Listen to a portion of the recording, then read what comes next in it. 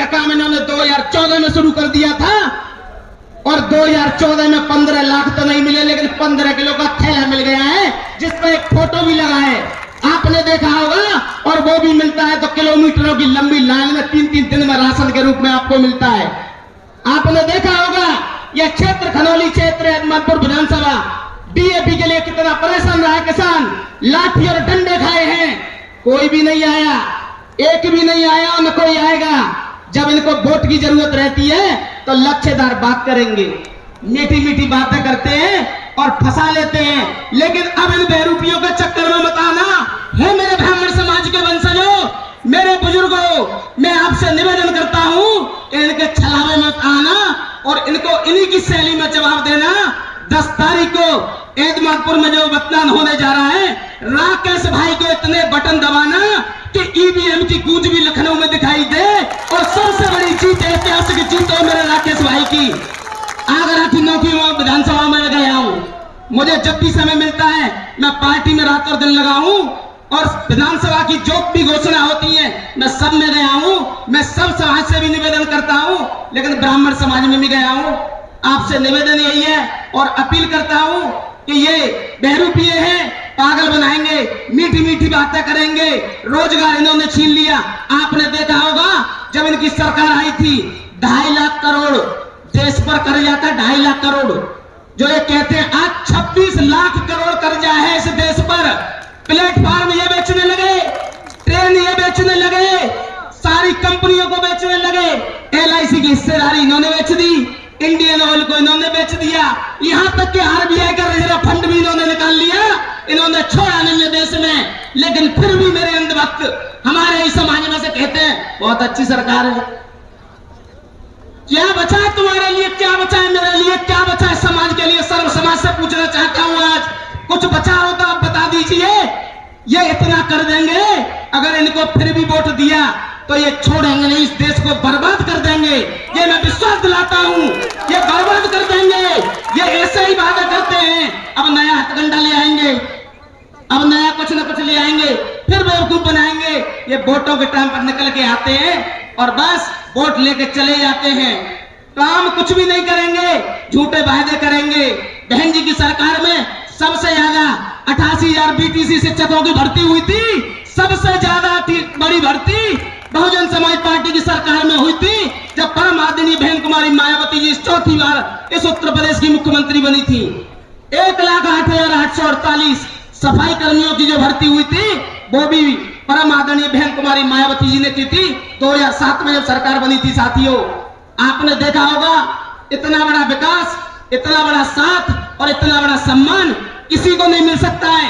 और मैं अपने ब्राह्मण समाज के बुजुर्गों से एक बात और कहना चाहता हूं कि एक हमारे पंडित जी थे मथुरा से, एसके शर्मा, जो पिछला इलेक्शन लड़े थे, 20 साल से पार्टी में उन्होंने तन मन धन सब अर्पण कर दिया था भारतीय जनता पार्टी में, और उनकी इस बार टिकट काट ली। 20 साल से वो आदमी सेवक की तरह काम कर रहा था और वो आंसुओं से रोया। ये मीडिया बंधु या मौजूद है, इनसे छुपा नहीं है। इन्होंने देखा होगा कि एसके शर्मा किस तरीके से रोए थे, सबके मोबाइल में रिकॉर्डिंग होगी। बहन जी के पास गए, बहन जी ने तुरंत गले लगा लिया कि आप आओ, आपका वेलकम। और मथुरा वृंदावन की सीट से एसके शर्मा चुनाव लड़ रहे श्रीकांत शर्मा के सामने, बहन जी ने उनको भी सम्मान दिया। जो 20 साल से वो आदमी तन मन धन से अपने परिवार के साथ, पूरे समाज के साथ लगा हुआ था, उसको भी इन्होंने नहीं छोड़ा। ये किसी के नहीं है और न किसी के हो सकते हैं। इनका सिर्फ और सिर्फ एक काम है कि फूट डालो और राज करो। ये फूट डालते और राज करते हैं। इनका सिर्फ और सिर्फ एक ही मत है कि वोट ले लो और उसके बाद में तो देख ही लेंगे। आपने देखा होगा पेट्रोल पर किस तरीके से पैसे बढ़े और उसके बाद में 12 रुपए कम किए और फिर बढ़ेगी और फिर कम कर देंगे क्योंकि चुनाव आ गया ना। फिर कहेंगे बहनों और भाइयों, हमने 24 रुपए डीजल और पेट्रोल कम किया है। अरे 73 रुपए पेट्रोल नेपाल में बिक रहा है जो इंडिया से खरीदता है। 73 रुपए पेट्रोल नेपाल में बिक रहा है जो तुम्हारे देश से खरीदता है। और तुम्हारे यहाँ पेट्रोल क्या रेट है? 94 और 95 रुपए पेट्रोल है और नेपाल तुम्हारे यहाँ से खरीदता है वह 73 रुपए पेट्रोल है।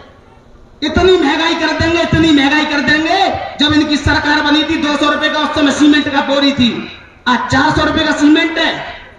टाटा स्टील को देख लो, किसी को भी देख लो, सब जगह महंगाई चरम सीमा पर। गरीब का मरना है, मध्यम वर्ग का मरना है, और अंबानी और अडानी के तो भरे जा रहे हैं। शेयर देख लो, चाहे पीएनसी हो, चाहे रिलायंस इंडस्ट्रीज हो, कोई भी हो, अगर गरीब किसान या मजदूर या जो भी है मध्यम वर्ग का अगर एक कमरा भी बनाता है ना, तो उसको पता चल जाती है कितने रुपए लगे।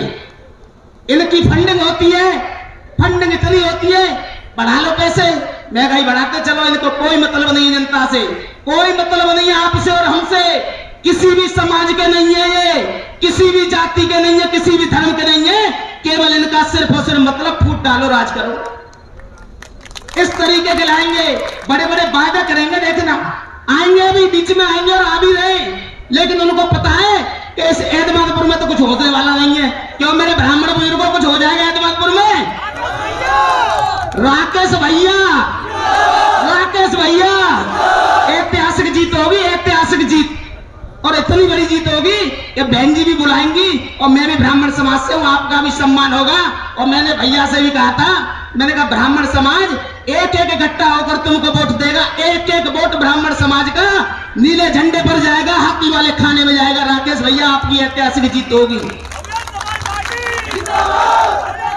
और बहन जी ने देखा होगा आपने 9 की 9 विधानसभा जो बांटी है, सर्व समाज को टिकट दिया है, जहां जो भी समाज है उसको सम्मान दिया है। ऐसा ही नहीं है, सर्व समाज की पार्टी है, सबसे ज्यादा विकास करती है, और 5वीं बार जब मुख्यमंत्री बनेंगी तो जो आज के मुख्य अतिथि हैं हमारे और विप्र श्रोमणी है माननीय परम आदरणीय सतीश चंद्र मिश्रा जी, वो भी सबसे बड़े कई दर्जन के कैबिनेट मंत्री और बड़े बड़े विभाग रहते हैं। दूसरे हमारे कैबिनेट मंत्री बने थे परम आदरणीय नकुल दुबे जी। और एक और बात बता दूं, ये नजदीक की विधानसभा देख लो, माट 9वीं बार इतिहास रचने जा रहे हैं ब्राह्मण श्रोमणी पंडित श्याम सुंदर शर्मा, ऐतिहासिक जीत होगी 9वीं बार। और वो कह देते हैं कि मैं तो नहीं में रहूंगा और हर बार विधायक ऐसी बनूंगा, मैं तो जनता के बीच में रहूंगा। वो जनता के बीच में रहते हैं, और हमारे गुरु हैं, हमारे पिता तुल्य हैं। मैंने तो उनसे ही सीखा है कि राजनीति अगर करनी है, अगर सेवा करनी है, तो उनका सेवक बन के मैं तो इसी तरीके से सेवा करूंगा। और एक बात और कह दूं, मुझे कभी कोई चुनाव नहीं लड़ना है, कुछ भी नहीं लड़ना है, लेकिन जब तक जिंदा रहूंगा, जीवित रहूंगा, तब तक बहुजन समाज पार्टी में रहूंगा, कहीं दूसरी जगह नहीं जाऊंगा, किसी भी कीमत पर नहीं जाऊंगा। मैं और मेरा परिवार बहुजन समाज पार्टी में रहेगा। ये आपको आज बता दूं, मेरे ब्राह्मण समाज के बुजुर्गों, सबसे ज्यादा सम्मान और सबसे ज्यादा प्यार मिलता है तो बहुजन समाज पार्टी में मिलता है। परम आदरणीय बहन कुमारी मायावती जी देती है। इन्हीं शब्दों के साथ मैं अपनी वाणी को विराम दूंगा। जय भीम, नमो बुद्धाय, खुदा हाफिज, जय भगवान परशुराम की। और एक बार जोरदार नारा लग जाए, बहुजन समाज पार्टी, बहुजन समाज पार्टी, परम आदरणीय बहन कुमारी मायावती जी, परम आदरणीय बहन कुमारी मायावती जी, परम आदरणीय बहन कुमारी मायावती जी।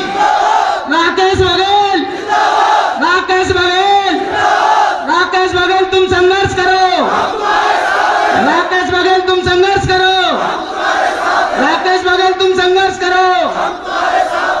मोहर तुम्हारी कहां लगेगी, मोहर तुम्हारी कहां लगेगी, बटन तुम्हारा कहां दबेगा। और एक निवेदन और करूंगा हाथ जोड़ के लास्ट में, कि 10 तारीख को सबसे पहले बूथों पे हमें वोट डालना है। सबसे पहले वोट डालेंगे, मैं भी डालूंगा सबसे पहले, उसके बाद में पानी पीऊंगा, खाने की तो बात नहीं। सबसे पहले वोट डालना है, क्योंकि हम बहुत वैसे बैठे हैं, हमारी सरकार नहीं है। सबसे ज्यादा एक एक वोट हमें पहले डालना है, और उसके बाद पानी पिएंगे। ये मेरा आपसे हाथ जोड़ के निवेदन, पैर छू कर निवेदन है मेरे ब्राह्मण समाज के विप्र बंधुओं, कि सबसे पहले वोट डालना है और वोट की चोट लखनऊ तक जाए, और बहन जी 5वीं बार मुख्यमंत्री बने। जय भीम, नमो बुद्धाय, खुदा हाफिज, जय भगवान परशुराम।